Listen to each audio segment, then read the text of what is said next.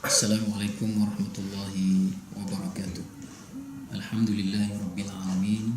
Wassalatu wassalamu ala asyrafil anbiya'i wal mursalin wa ala alihi wa sahbihi ajma'in. Amma ba'd.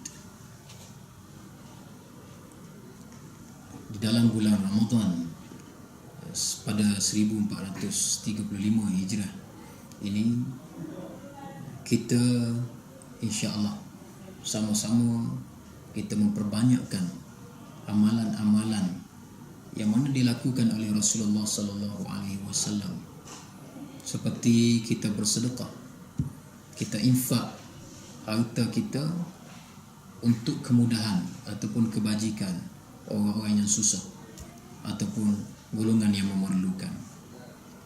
Dan kalau kita perhatikan, bulan Ramadan ini ialah bulan berkebajikan. Bulan Ramadan itu sendiri datang mengajar manusia berdisiplin supaya mereka menjadi orang yang sentiasa menyumbang dan berkebajikan. Kerana itulah zakat fitrah itu mesti dibayar pada bulan Ramadan, tidak boleh pada bulan-bulan yang lain. Kenapa? Kerana 1 Syawal setelah daripada Ramadan ialah hari kemenangan dan hari kegembiraan kepada seluruh umat Islam. Dengan itu, umat Islam akan yang miskin, yang tidak mempunyai bantuan, yang berada dalam kesusahan akan merasa satu hubungan ukhuwah, persaudaraan yang baik dengan umat Islam yang lain, hasil daripada dia mendapat bantuan daripada zakat. Itu. Jadi sebab itulah bulan Ramadan ditasyri'kan untuk menjadi bulan kebajikan kepada ummah dan sekalian manusia di atas muka bumi.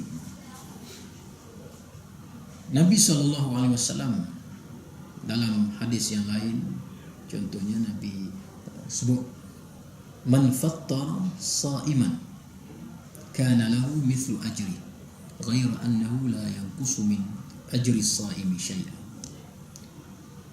Siapa yang memberi makan kepada orang yang berpuasa walaupun seorang, maka dia akan mendapat pahala sebagaimana pahala orang yang berpuasa tersebut, dan tidak akan berkurangan sedikit pun daripada pahala orang yang berpuasa. Kalau dia dapat 10, maka 10 kita dapat. Kalau dia dapat 100, maka 100 kita dapat. Maknanya tidak akan berkurangan walau sedikit pun daripada pahala orang yang berpuasa yang kita beri makan, yang kita jamu makan. Itu kelebihan yang besar yang disebut oleh Nabi di dalam hadis tadi yang diriwayatkan oleh Imam Tirmizi. Jadi hadis-hadis sebegitu menyatakan bahawa fadilah untuk kita membuat kebajikan di bulan Ramadan. Sebagaimana kebajikan yang amat-amat diperlukan pada hari ini ialah kebiasaannya ialah duit, harta. Kerana keadaan, situasi daripada dulu sampai sekarang, keperluan manusia ialah kepada kewangan itu. Bila ada kewangan, mudah manusia nak melakukan apa sahaja gerak kerja mereka.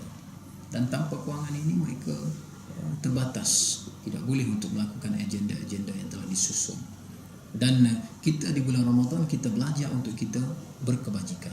Kita mengeluarkan harta kita untuk kita berikan kepada Islam, perjuangan Islam. Sebab itu Nabi SAW dalam sebuah hadis menyatakan, ma naqasat sadaqatun min mal, tidak akan berkurangan sedekah daripada harta ini, daripada kewangan yang kita keluarkan, tidak akan berkurangan sedikit pun. Ini bermakna galakan daripada Nabi supaya kita ini bersedekah ataupun infak harta kita untuk golongan yang memerlukan. Dan kita mesti melihat bahawa hari ini golongan-golongan yang memerlukan ini ramai, masih ada. Dan khususnya yang paling penting ialah untuk tujuan menegakkan hukum Allah, perjuangan Islam di atas muka bumi. Dengan maaf, kadang-kadang kita dalam masyarakat kita suka menderma untuk masjid, ya, kita menderma untuk pembangunan sekolah-sekolah, ya. Itu sudah bagus. Tetapi kita mesti melihat juga beberapa keadaan aulawiyah ataupun prioriti, yang mana yang mesti kita dahulukan, yang mana mesti kita kemudiankan. Kerana pada hari ini kita lihat kadang-kadang orang yang memerlukan untuk menampung kehidupan mereka, masih ada yang kita tengok tidak mampu untuk meneruskan kehidupan dengan baik. Jadi orang sebeginilah yang patut kita memberi kebajikan kepada mereka. Dan pada hari ini dalam dunia Islam, kita tengok rakyat di Palestin umpamanya, rakyat di Syria umpamanya, ya, rakyat di tempat-tempat yang lain yang diserang oleh tentera ataupun musuh Islam, maka kita mesti menyumbang, menyalurkan sebahagian daripada apa yang kita ada kepada mereka. Ini tuntutan wajib pada hari ini, ya, tuntutan wajib. Sebab itu kalau ada wakil daripada mereka yang datang ke tempat kita, ke negeri negara kita, maka kita tidak boleh untuk kita menyekat sebahagian daripada harta kita kepada untuk kita berikan kepada mereka. Sepatutnya kita kena keluarkan. Tak keluar banyak, tak apa, kita nak keluar sedikit, tapi mesti kita keluarkan sebagai sumbangan kebajikan, dan sumbangan tersebut adalah sumbangan yang utama, yang aulawi, yang aula lebih daripada sumbangan-sumbangan yang lain. Ini mesti kita lihat secara teliti semasa kita berada di bulan Ramadan pada 1435 Hijrah ini.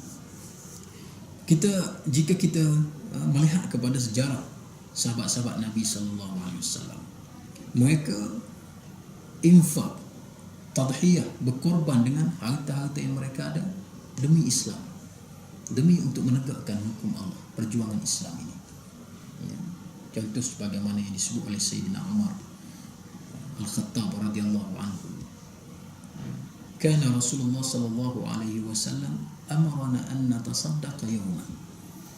Satu hari Rasulullah sallallahu alaihi wasallam arahkan kami supaya kami keluarkan sedekah, ya, infak fi sabilillah, untuk satu peperangan.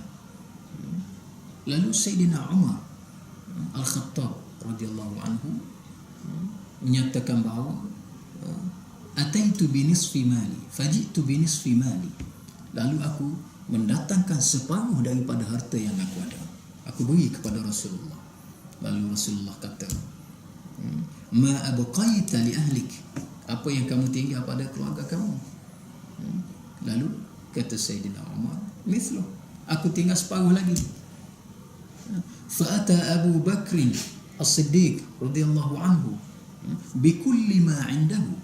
Lalu Sayyidina Umar menyatakan bahawa Sayyidina Abu Bakar pun bawa harta dia semua sekali. Kalau Sayyidina Umar tadi dia bawa separuh, Sayyidina Abu Bakar dia bawa semua sekali. Nabi SAW lantas bertanyakan kepada Sayyidina Abu Bakar, ma abqaita li ahlik, apa yang kamu tinggal kepada keluarga kamu? Satu kata-kata yang dirakam oleh sejarah Islam, sehingga kali ini jika kita membaca lipatan sejarah Islam, kita kagum dengan semangat perjuangan yang telah ditinggalkan oleh sahabat-sahabat Rasulullah SAW.